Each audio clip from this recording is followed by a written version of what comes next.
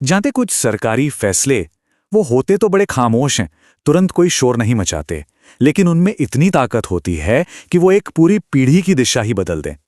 और महाराष्ट्र सरकार का हालिया आदेश बिल्कुल कुछ ऐसा ही है। मुस्लिमों के लिए जो 5% आरक्षण था उसे खत्म करने का यह फैसला, इसने कानून, सामाजिक न्याय और एक सरकार की नैतिक जिम्मेदारी पर कई बड़े सवाल खड़े कर दिए हैं। तो खबर है क्या? सीधी सी खबर यह है कि महाराष्ट्र सरकार ने एक प्रस्ताव पास किया है और जो स्पेशल बैकवर्ड कैटेगरी ए यानी एसबीसीए के लिए 5% का आरक्षण था उसे खत्म कर दिया है। पर यह मामला उतना सीधा है नहीं जितना सुनने में लगता है। असल में ये पूरा मुद्दा एक ही जगह आकर अटक जाता है। एक तरफ है सरकार का कानूनी टेक्निकल तर्क और दूसरी तरफ है सामाजिक न्याय का एक बहुत बड़ा नैतिक सवाल। तो इस बहस के बीच में ना दो बिल्कुल अलग अलग नजरिए हैं। सरकार का क्या कहना है कि भाई ये तो बस एक कागजी कार्रवाई है, एक प्रोसीजरल क्लीनअप है, कानून तो कब का खत्म हो चुका था। लेकिन दूसरी तरफ से सवाल ये उठता है कि क्या एक वेलफेयर स्टेट किसी पूरे समुदाय का भविष्य बस एक प्रक्रिया में हुई चूक के भरोसे छोड़ सकता है? ठीक है, चलिए जरा इस प्रोसेस को समझते हैं। सरकार का जो तर्क है वो इसी प्रक्रिया पर टिका है। देखिए, हुआ ये कि 2014 में एक ऑर्डिनेंस यानी एक अध्यादेश लाया गया।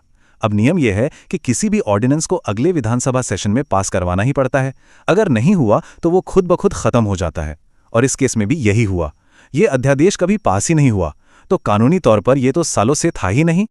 लेकिन यहीं पर दूसरा पहलू सामने आता है, सामाजिक न्याय वाला तर्क। सवाल ये पूछा जा रहा है कि एक कल्याणकारी राज्य, एक वेलफेयर स्टेट की जिम्मेदारी क्या सिर्फ कानूनी दांवपेच और कागजी कार्रवाई तक ही है, या फिर उसकी कोई नैतिक जिम्मेदारी भी बनती है?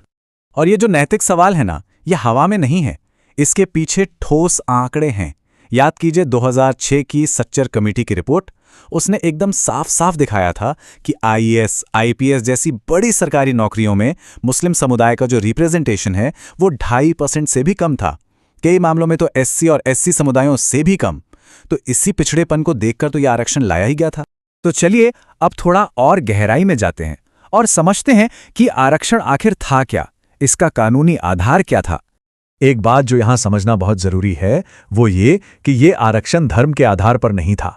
हमारा संविधान इसकी इजाजत नहीं देता। ये एक खास कैटेगरी के लिए था जिसे विशेष पिछड़ा वर्ग ए या एसबीसीए कहा गया। इसमें अंसारी, कुरैशी, नदाख जैसी वो मुस्लिम जातियां शामिल थीं जो सामाजिक और शैक्षिक रूप से पिछड़ी थीं। तो आधार क्या था? पिछड़ापन, धर्म नहीं।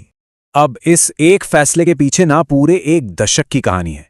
एक ऐसी कहानी जो कानूनी दांवपेच और कंफ्यूजन से भरी हुई है। देखिए, कहानी शुरू होती है 2014 में, जब ये ऑर्डिनेंस आया। उसी साल बॉम्बे हाईकोर्ट का एक बड़ा फैसला आया।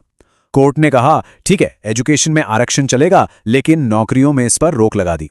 और उसके बाद क्या हुआ? उसके बाद अगले 10 साल तक ये अध्यादेश बस एक कानूनी लिम्बो में लटका रहा। और फिर आया फरवरी 2024, जब इसे ऑफिशियली खत्म कर दिया गया। अब ये जो फैसला है ये सिर्फ महाराष्ट्र या सिर्फ एक कानून तक की बात नहीं है। ये फैसला उन बड़ी बहसों को फिर से छेड़ता है जो देश में आरक्षण और न्याय को लेकर चलती रहती हैं। और इसी बहस में एक कॉन्सेप्ट आता है डबल डिसएडवांटेज का, मतलब दोहरी वंचना। ये क्या है?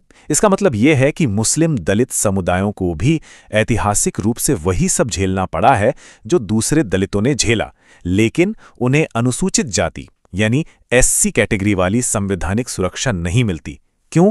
क्योंकि वो सुरक्षा सिर्फ हिंदू, सिख और बौद्ध धर्मों के दलितों के लिए ही है। ये जो आप देख रहे हैं ना, ये एक बहुत ही दिलचस्प तुलना है। देखिए, एक तरफ है ईडब्ल्यूएस आरक्षण, 10% का कोटा आर्थिक आधार पर। इसे बाकायदा संवैधानिक संशोधन करके लागू किया गया और इसे काफी हद तक सबने स्वीकार भी किया। वहीं दूसरी तरफ ये एसबीसीए आरक्षण है, 5% का कोटा, जो सामाजिक और शैक्षिक पिछड़ेपन पर आधारित था। और ये सिर्फ एक प्रोसीजरल गलती की वजह से खत्म हो गया। ये चीज हमें एक बहुत बड़े सवाल पर लाके खड़ा कर देती है। और सवाल यह है कि अगर आर्थिक पिछड़ापन आरक्षण के लिए एक ऐसा क्राइटेरिया बन सकता है जिसे सब मान लें, तो फिर डेटा पर आधारित सच्चर कमेटी जैसे ठोस सबूतों पर आधारित सामाजिक पिछड़ापन वो इतना विवादास्पद क्यों बन जाता है? तो आखिर में आइए ये भी समझते हैं कि महाराष्ट्र में लिए गए इस एक फैसले का असर सिर्फ महाराष्ट्र तक ही नहीं बल्कि पूरे देश की पॉलिसी और पॉलिटिक्स पर कैसे पड़ सकता है। तो सबसे बड़ी बात यही है कि ये सिर्फ महाराष्ट्र की कहानी नहीं है। इसका असर, इसका रिपल इफेक्ट पूरे देश में देखा जा सकता है। ये फैसला केरल, कर्नाटक जैसे उन राज्यों के लिए एक मिसाल बन सकता है जहां मुस्लिम आरक्षण है। ये पिछड़ी मुस्लिम जातियों को सेंट्रल ओबीसी लिस्ट में शामिल करने की जो पुरानी मांग है, उसे फिर से हवा दे सकता है। और हां, सुप्रीम कोर्ट की जो 50% आरक्षण की सीमा है, उस पर भी एक नई कानूनी बहस छिड़ सकती है। और इन सब बड़ी बड़ी बातों के बीच फंसे हैं वो स्टूडेंट्स जिनका एडमिशन अब दांव पर लग गया है। हाँ, क्योंकि इन सारी कानूनी और राजनीतिक बहसों के परे इसका एक सीधा मानवीय असर भी है। ये उन हजारों स्टूडेंट्स के भविष्य का सवाल है जो इस साल ये उम्मीद लगाए बैठे थे कि इस आरक्षण के सहारे उन्हें कॉलेजों में दाखिला मिल जाएगा।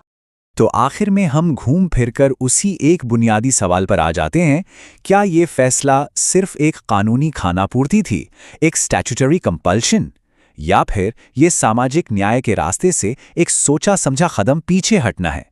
इसका जवाब तो शायद आने वाले वक्त में बनने वाली नीतियां और कोर्ट के फैसले ही देंगे।